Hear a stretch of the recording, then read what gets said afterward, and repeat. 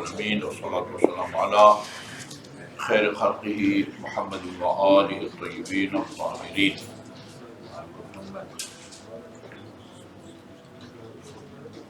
الحمدللہ یہ فرمان امیر المومنین علیہ الصلوۃ والسلام کا ہم سب نے سنا ہوا ہے۔ زیادہ شہرت یہ ہے کہ یہ امیر المومنین کا فرمان ہے، اور ہماری کتب احادیث میں یہ امام زین العابدین علیہ الصلوۃ والسلام سے بھی منقول ہے، اور خود امام زمان عجل اللہ تعالیٰ فرجہ شریف سے بھی کی طرف بھی منسوب ہے، کہ جس میں ائمہ معصومین علیہ الصلوۃ والسلام نے عبادت گزار کی 3 قسمیں کی ہیں۔ ایک عبادت گزار وہ ہے جو جنت کی لالچ میں اللہ تعالیٰ کی عبادت کرتا ہے، اس کے بارے میں فرمایا فَتِلْكَ عبادت التجار، جنت کی لالچ میں عبادت کرنے والا یہ تاجر پیشہ لوگوں کی عبادت ہے۔ اور کچھ لوگ جہنم کے خوف سے اللہ تعالیٰ کی عبادت کرتے ہیں، فرمایا فَتِلْكَ عبادت العبید، یہ غلاموں کی زر خرید غلاموں کی عبادت ہے، جو اپنے آقا اور مالک کے خوف سے اس کی اطاعت کرتا ہے یا اس کے امتثال امر کرتا ہے۔ آپ نے فرمایا کہ میری عبادت کا مقصد یہ نہیں ہے، بلکہ میں اللہ تعالیٰ کو عبادت کا اہل سمجھ کے اس کی عبادت کرتا ہوں۔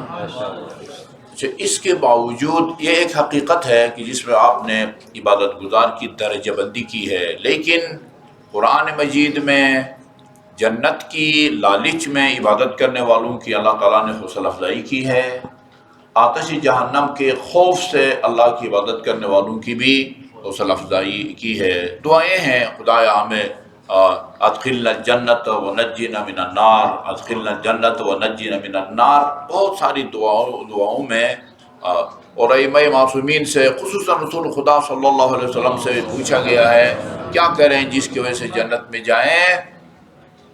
کئی اس مضمون کی روایات ہیں کہ جب آپ سے پوچھا گیا کہ جنت میں آپ کے جوار میں مقام عطا حاصل کرنے کا کیا طریقہ ہے، آپ نے مختلف موقعوں پر فرمایا اقل من سجودک، اپنے نماز جب پڑھو تو اپنے سجدے کو طول دو، اس کے نتیجے میں صرف جنت نہیں ملے گی بلکہ میرے جوار میں، آن حضرت کے جوار میں جگہ ملے گی۔ یہ ایک روایت ہے، اس میں ہمیں بتایا گیا ہے کہ جنت جانے کے لیے کن صفات کا انسان کو حامل ہونا چاہیے۔ یہ موٹی بات ہم سب کو معلوم ہونی چاہیے کہ جنت میں جانے کے لیے عقیدہ کا ٹھیک ہونا مسٹ ہے، ٹھیک ہے جی۔ فاسد العقیدہ بندہ جنت میں نہیں جائے گا۔ وہ عقیدہ کی کمزوری چاہے خدا کی معرفت میں ہو، توحید میں ہو، نبوت میں ہو، عدل میں ہو، امامت میں ہو، عقیدہ کو ٹھیک ہونا چاہیے۔ اس کے علاوہ انسان کا بے عمل بھی نہ ہو، بد عمل بھی نہ ہو۔ یہ اور بات ہے کہ جتنا حساس عقیدہ ہے اتنا حساس عمل نہیں ہے، اس معنی میں کہ اگر بندہ خدا نخواستہ اپنی زندگی میں کچھ کوتاہیاں اس سے ہوئی ہیں واجبات کی بجا آوری میں، اور اس دنیا سے رخصت ہو گیا ہے، تو اس کے لواحقین اس کی طرف سے اس کے ان حقوق کو، حقوق اللہ، حقوق الناس کو ادا کریں گے تو اس کو نجات مل جائے گی۔ لیکن اگر خدا نخواستہ ایک آدمی فاسد العقیدہ اس دنیا سے اٹھا ہے، پھر اس کا کوئی علاج نہیں ہے۔ اس کے لواحقین چاہیں کتنے بھی اس کے ہمدرد ہوں، اس کی کسی قسم کی مدد نہیں کر سکتے۔ یہ مختلف روایات میں، مختلف الفاظ میں، مختلف تعبیروں میں اس حقیقت کی طرف اشارہ کیا گیا ہے کہ جنت میں جانے کے لیے آپ کا عقیدہ بھی ٹھیک ہونا چاہیے، اور ساتھ ساتھ عمل صالح بھی ہونا چاہیے۔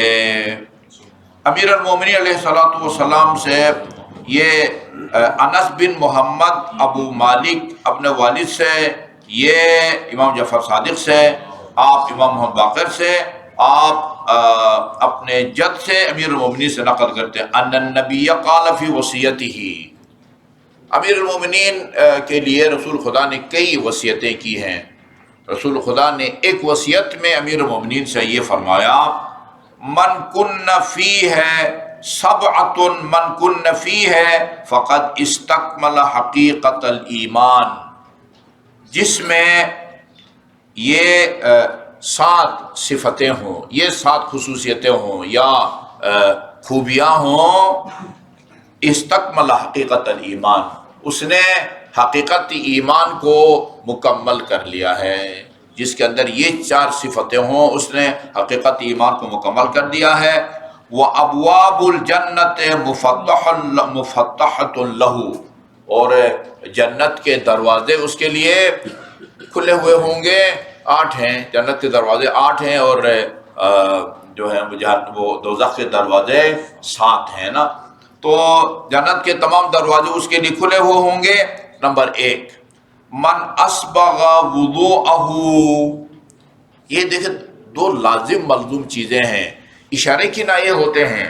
اچھا، سب کو پتہ ہے کہ وضو کے بغیر جو ہے نا وہ نماز نہیں ہوتی ہے، لیکن بار بار جب نماز کا ذکر ہوتا ہے تو ساتھ میں رسول خدا خصوصاً فرماتے ہیں کہ صحیح طریقے سے وضو کرے۔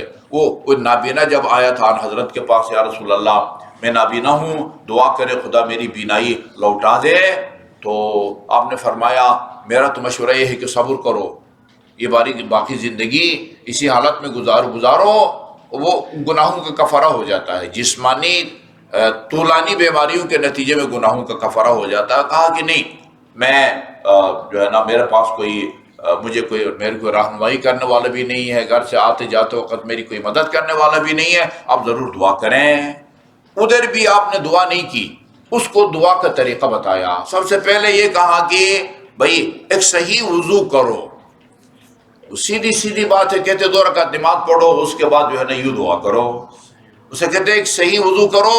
اس کا مطلب یہ کہ اگر آپ وضو میں کوئی کمزوری رہ جاتی ہے تو یہ جو آپ کا فارمولہ ہے وہ صحیح نہیں ہوگا، یا وہ اگر الٹا نقصان نہ پہنچائے تو کم از کم فائدہ جو ہے نا اس کا ضرور یقیناً نہیں ہوگا۔ اسبغ وضوءہ، بہترین وضو کرے، وَأَحْسَنَ صَلَاتَهُ، احسن صلاتہ، اور نماز بھی جو ہے وہ احسن طریقے سے پڑھے، اطمینان کے ساتھ یا